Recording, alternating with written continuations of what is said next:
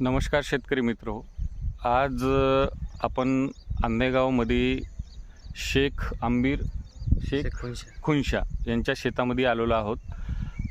तर आपण यांना कुपनमार्फत आपल्या एशियन कंपनीच्या पांढऱ्या फुलाची जी व्हेरायटी आहे कृषी गोल्ड 151 हे 2 बॅग दिल्या होत्या.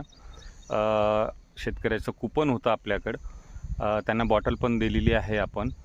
तर चला जाणून घेऊया, ऐकून घेऊया त्यांच्या या व्हेरायटीबद्दल काय वाटते त्यांना. तर नमस्कार दादा. नमस्कार. काय कुठली व्हेरायटी आहे, कधी पेरलं, किती दिवसाचा प्लॉट आहे, थोडं माहिती गोल्ड सांगा. है ये कृषी गोल्ड 151. कृषी गोल्ड है हां, एशियन कंपनी.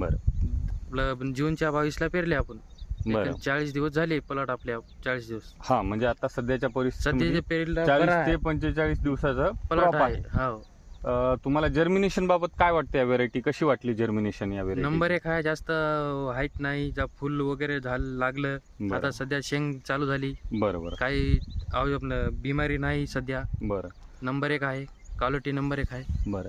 आपण आपल्याला सांगितलं होतं की हे पांढऱ्या फुलाची व्हेरायटी आहे, तर आहे का?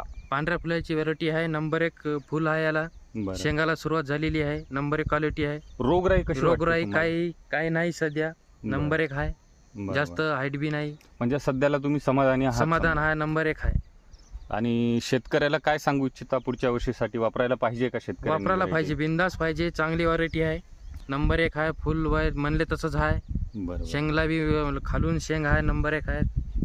चला, ठीक आहे दादा, धन्यवाद. धन्यवाद.